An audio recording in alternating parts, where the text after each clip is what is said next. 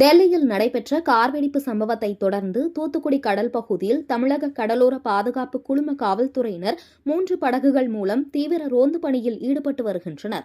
டெல்லியில் காரில் ஏற்பட்ட வெடிப்பு காரணமாக சுமார் 12 பேர் பலியாகினர்.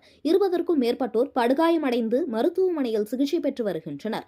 இந்த சம்பவம் நாடு முழுவதும் பெரும் பரபரப்பை ஏற்படுத்தியுள்ளது. மேலும் நாடு முழுவதும் பல்வேறு இடங்களில் பாதுகாப்பு பணிகள் தீவிரப்படுத்தப்பட்டு உச்சக்கட்ட பாதுகாப்பு பலப்படுத்தப்பட்டுள்ளது. இந்நிலையில் தூத்துக்குடி மாவட்டத்தில் அருள்மிகு திருச்செந்தூர் சுப்பிரமணிய சுவாமி திருக்கோவில், ரயில் நிலையங்கள், விமான நிலையங்கள், அனல்மின் நிலையம், குலசேகரப்பட்டினம் இஸ்ரோ ராக்கெட் ஏவுதளம் ஆகியவற்றில் பாதுகாப்பு தீவிரப்படுத்தப்பட்டுள்ளது.